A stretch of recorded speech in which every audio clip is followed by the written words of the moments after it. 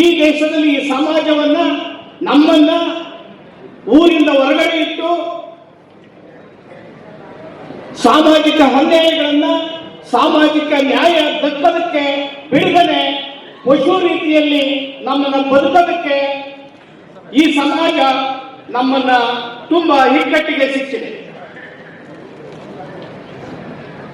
ಜಗತ್ತಿನಲ್ಲಿ 195 ಸ್ವತಂತ್ರ ದೇಶಗಳಲ್ಲಿ 176 ದೇಶಗಳು ಸಂವಿಧಾನವನ್ನು ರಚನೆ ಮಾಡಿಕೊಂಡಿವೆ. ಮೊಟ್ಟ ಮೊದಲ ಬಾರಿಗೆ ಸಂವಿಧಾನ ಇಂಗ್ಲೆಂಡ್ನ ಮ್ಯಾಗ್ನಾ ಕಾರ್ಟಾ, ಆ ನಂತರ ಅಮೆರಿಕ, ಸೋವಿಯತ್ ರಷ್ಯಾ, ಫ್ರಾನ್ಸ್ ಮತ್ತೆ ಭಾರತ ಸಂವಿಧಾನವನ್ನು ರಚಿಸಿದೆ. ಏನು ಭಾರತದಲ್ಲಿ ಸಂವಿಧಾನವನ್ನು ರಚಿಸೋದಕ್ಕೆ ಮೊದಲು ಈ ಭಾರತದಲ್ಲಿ ಚಂದ್ರಗುಪ್ತ ಮೌರ್ಯರು ಈ ದೇಶದಲ್ಲಿ ಸಾಮ್ರಾಜ್ಯವನ್ನು ಸ್ಥಾಪನೆ ಮಾಡಿದರು. ಮೌರ್ಯ ಒಂದು ಮಾತಿದೆಯಲ್ಲ, ಮುರ್ರ, ಅವರು ಆ ಮನೆತನ ಮುರ್ರ ಮಾದಿಗ ಜಾತಿಗೆ ಸೇರಿದಂತ ತಾಯಿ. ನಮ್ಮದು ತಾಯಿಯ ಸಂಸ್ಕೃತಿ. ಚಂದ್ರಗುಪ್ತ ಮೌರ್ಯ, ಆತನ ಬಿಂದುಸಾರ, ಅಶೋಕ ಚಕ್ರವರ್ತಿ, ಅತ್ಯಂತ ಮಾನವೀಯ ಏಷ್ಯಾ ಖಂಡವನ್ನೇ ಆಳಿದಂತಹ ಅಶೋಕ ಚಕ್ರವರ್ತಿ ಮಾದಿಗ ಸಮಾಜಕ್ಕೆ ಹುಟ್ಟಿದ ಮಾದಿಗ ಸಮಾಜದವನು ಅನ್ನೋದನ್ನು ಮರಿಬಾರದು. ಹಾಗೆಯೇ ಬುದ್ಧನ ತಾಯಿ ಮಹಾಮಾಯೆ ಮಾದಿಗ ಸಮಾಜದವನು ಅನ್ನೋದನ್ನು ಮರಿಬಾರದು. ಈಗಾಗಲೇ ಜಗಜ್ಯೋತಿ ಬಸವಣ್ಣವರನ್ನ ಮಾದಿಗ ಸಮಾಜದವರು ಅಂತ ನಮ್ಮ ಕವಿಗಾಗಿ ನಿರೂಪಿಸಿದರೆ ದೊಡ್ಡ ವಿವಾದಕ್ಕೂ ಕೂಡ ಕಾರಣ ಆಗಿದೆ. ಅಂದ್ರೆ ನಾನು ಏನ್ ಹೇಳಕ್ ಹೋಗ್ತಾ ಇದ್ದೀನಿ ಅಂದ್ರೆ, ಈ ಸಮಾಜ ಇಲ್ಲದೆ ಈ ಭಾರತ ದೇಶದಲ್ಲಿ ಯಾವುದೇ ಕಲೆ, ಸಂಸ್ಕೃತಿ, ಸಂಪ್ರದಾಯ ಯಾವುದು ಇರಕ್ ಸಾಧ್ಯ ಇಲ್ಲ. ಅಂತ ಒಂದು ದೊಡ್ಡ ಒಂದು ಸಂಸ್ಕೃತಿಯನ್ನ ಈ ನಾಡನ್ನ ಕಟ್ಟಂತ ಸಮಾಜ ಏನಿದ್ರೆ ಮಾದಿಗ ಸಮಾಜ, ಮಾತುಗೂ ಸಂಬಂಧಿತ ಸಮಾಜ ಅನ್ನೋದನ್ನ ನಾನು ಹೇಳಕ್ಕೆ ಇಷ್ಟಪಡ್ತೀನಿ. ಏನು ಭಾರತದಲ್ಲಿ ಸಂವಿಧಾನ ರಚನೆ ಆದಂತಹ ಸಂದರ್ಭದಲ್ಲಿ ಸಂವಿಧಾನ ಬರೆಸೋದಕ್ಕೆ ಮಾತ್ರ ಗಾಂಧೀಜಿ, ನೆಹರು ಎಲ್ಲ ವಿದೇಶಕ್ಕೆ ಹೋಗ್ತಾರೆ. ಅಲ್ಲಿ ವಿದೇಶದಲ್ಲಿ ರಾಷ್ಟ್ರೀಯ ಸಂವಿಧಾನವನ್ನು, ಯುರೋಪ್ ಸಂವಿಧಾನವನ್ನ ರಚನೆ ಮಾಡಿದಂತಹ ಐವನ್ ಜೆನ್ನಿಂಗ್ಸ್ ಕೇಸಿರನ್ನ ಮೀಟ್ ಮಾಡ್ತಾರೆ.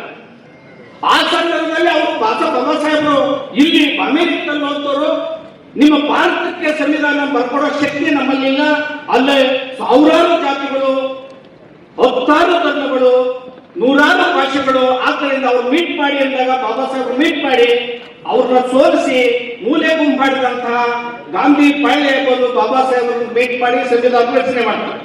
ಈ ಸಂವಿಧಾನ ರಚನೆ ಮಾಡುವಂತಹ ಸಂದರ್ಭದಲ್ಲಿ ಬಾಬಾ ಸಾಹೇಬ್ ಅಂಬೇಡ್ಕರ್ 18 ಗಂಟೆಗಳ ಕಾಲ ಓದ್ತಾರೆ. 2 ವರ್ಷ 11 ತಿಂಗಳು 18 ದಿನಗಳ ಕಾಲ ಅತ್ಯಂತ ಪರಿಶ್ರಮದಿಂದ ಈ ಸಂವಿಧಾನ ರಚನೆ ಮಾಡ್ತಾರೆ. ಆ 7 ಜನ ಸಂವಿಧಾನ ಕರಡು ಸಂವಿಧಾನ ಸದಸ್ಯರಾಗಿದ್ದಂತ 7 ಜನದಲ್ಲಿ ಒಬ್ರು ಅಮೆರಿಕದಲ್ಲಿ ಇರ್ತಾರೆ, ಬರಲ್ಲ ಸಭೆಗೆ, ಒಬ್ರು ದೇಶದಿಂದ ಹೊರಗಡೆ ಇರ್ತಾರೆ, ಒಬ್ರು ರಾಜೀನಾಮೆ ಕೊಡ್ತಾರೆ, ಒಬ್ಬರು ತೀವ್ರವಾಗ್ತಾರೆ, ಇಬ್ರು ಅನಾರೋಗ್ಯದಿಂದ ಬಳಲ್ತಾರೆ. ಅಂದ್ರೆ ಏಕಾಂಗಿಯಾಗಿ ಬಾಬಾ ಸಾಹೇಬ್ ಅಂಬೇಡ್ಕರ್ ಅವರು ಈ ಸಂವಿಧಾನ ರಚಿಸಿದ್ದಾರೆ ಅನ್ನೋದನ್ನ ನಾವೇನು ಕೂಡ ಇಲ್ಲಿ ಮರೆಯಂಗಿಲ್ಲ. ಆದ್ರೆ ಬಾಬಾ ಸಾಹೇಬ್ ಅಂಬೇಡ್ಕರ್ ಅವರು ಅಲ್ಲಿ ಮಹಾರಾಷ್ಟ್ರದಲ್ಲಿ ಅವರು ಕೂಡ ಚಮ್ಮಾರು ಸಮಾಜಕ್ಕೆ ಸೇರಿದವರು ಅನ್ನೋದನ್ನು ಕೂಡ ಈ ಸಂದರ್ಭದಲ್ಲಿ ಮರೆಯಂಗಿಲ್ಲ. ಹಾಗೆಯೇ ಏನಿದೆ, ಇದು 90,000 ಪದಗಳಿಂದ ಕೂಡಿದ್ದು 280 ಪುಟಗಳಲ್ಲಿ ಮುದ್ರಣ ಆಗಿದೆ. 395 ವಿಧಿಗಳು, ಅನುಚ್ಛೇದಗಳನ್ನು ಹೊಂದಿರತಕ್ಕಂಥ ಸಂವಿಧಾನ, 22 ಭಾಗಗಳು, 12 ಅನುಚ್ಛೇದಗಳು, 8 ಪರಿಚ್ಛೇದಗಳನ್ನು ಉಳ್ಳಂತಹ ಬೃಹತ್ ಸಂವಿಧಾನ. ಇದು ಜಗತ್ತಿನಲ್ಲಿ ಅತ್ಯಂತ ಬೃಹತ್ ಸಂವಿಧಾನ ಅನ್ನೋದನ್ನ ನಾವು ಬರೆಯಂಗಿಲ್ಲ. ಜೊತೆ ಒಳಗೆ ಅತ್ಯಂತ ಮಾನವೀಯ ಸಂವಿಧಾನ, ಎಲ್ಲಾ ಮನುಷ್ಯರಿಗೂ ಒಂದೇ ಓಟು, ಒಂದೇ ಜನತೆ, ಒಂದೇ ಬಾಳ್ವೆ ಅಂತ ಏನಾದ್ರೂ ಕೂಡ ಈ ಮಾನವೀಯ ಸಂವಿಧಾನ ಇದೆ ಅಂತಂದ್ರೆ ಅದು ಭಾರತದ ಸಂವಿಧಾನ ಅನ್ನೋ ಜಾಗೃತಿಯನ್ನ ಪ್ರತಿಯೊಬ್ಬರಿಗೂ ಮುಟ್ಟಿಸಬೇಕಾಗಿದೆ. ಜೊತೆಗೆ ಸಂವಿಧಾನ ಬರೆಯುವಂತ ಸಂದರ್ಭದಲ್ಲಿ RSS ನವರು 2 ಸಾರಿ ಬಾಬಾ ಸಾಹೇಬ್ ಅಂಬೇಡ್ಕರ್ ಮೀಟ್ ಮಾಡ್ತಾರೆ, ಮುಸ್ಲಿಮರು ಮೀಟ್ ಮಾಡ್ತಾರೆ, ಕ್ರೈಸ್ತರು ಮೀಟ್ ಮಾಡ್ತಾರೆ. ಬಾಬಾ ಸಾಹೇಬ್ ಅಂಬೇಡ್ಕರ್ ಅವರನ್ನ ಮುಸ್ಲಿಮರಿಗೆ ಒಂದು ಭಾಗ ಇರಲಿ, ಮುಸ್ಲಿಂ ರಾಷ್ಟ್ರ ಆಗಬೇಕು ಅಂತ ಕೇಳ್ತಾರೆ. ಹಿಂದೂ ರಾಷ್ಟ್ರ ಆಗಬೇಕು, ಹಿಂದೂಗಳು ಒಂದು ಭಾಗ ಇಲ್ಲದ ಸಂವಿಧಾನದಲ್ಲಿ ಅಂತ ಕೇಳ್ತಾರೆ. ಆದ್ರೆ ಅತ್ಯಂತ ಮಾನವೀಯತೆಯಿಂದ ಬಾಬಾ ಸಾಹೇಬ್ ಅಂಬೇಡ್ಕರ್ ಅವರು ಮುಸ್ಲಿಂ ರಾಷ್ಟ್ರ ಬೇಡ, ಹಿಂದೂ ರಾಷ್ಟ್ರ ಬೇಡ, ಕ್ರೈಸ್ತ ರಾಷ್ಟ್ರ ಬೇಡ, ಎಲ್ಲರನ್ನೂ ಒಳಗೊಂಡಂತ, ಈ ನೆಲದಲ್ಲಿರ್ತಕ್ಕಂಥ ಪ್ರತಿಯೊಬ್ಬ ಮಾನವರನ್ನು ಒಳಗೊಂಡಂತ ಜಾತ್ಯತೀತ ಧರ್ಮ ನಿರಪೇಕ್ಷ ಸಂವಿಧಾನ ಇರಬೇಕು ಅಂತ ಈ ದೇಶ ಪ್ರೇಮವನ್ನು ಮೆರೆದಂತ ಭಾರತದ ಭಾಗ್ಯ ವಿಧಾತ ಯಾರಾದ್ರೂ ಇದ್ರೆ ಅದು ಬಾಬಾ ಸಾಹೇಬ್ ಅಂಬೇಡ್ಕರ್ ಅನ್ನೋದನ್ನ ಮರೆಯಂಗಿಲ್ಲ. ಮತ್ತೆ ಬಾಬು ಜಗಜೀವನ್ ಅವರು ತನ್ನ ಕೊನೆ ಜೀವನವರೆಗೂ ಕೂಡ ಈ ಸಂವಿಧಾನ ರಕ್ಷಣೆಯಲ್ಲಿ ಅವ್ರಿಗೂ ಕೂಡ ಪಾಲಿದೆ.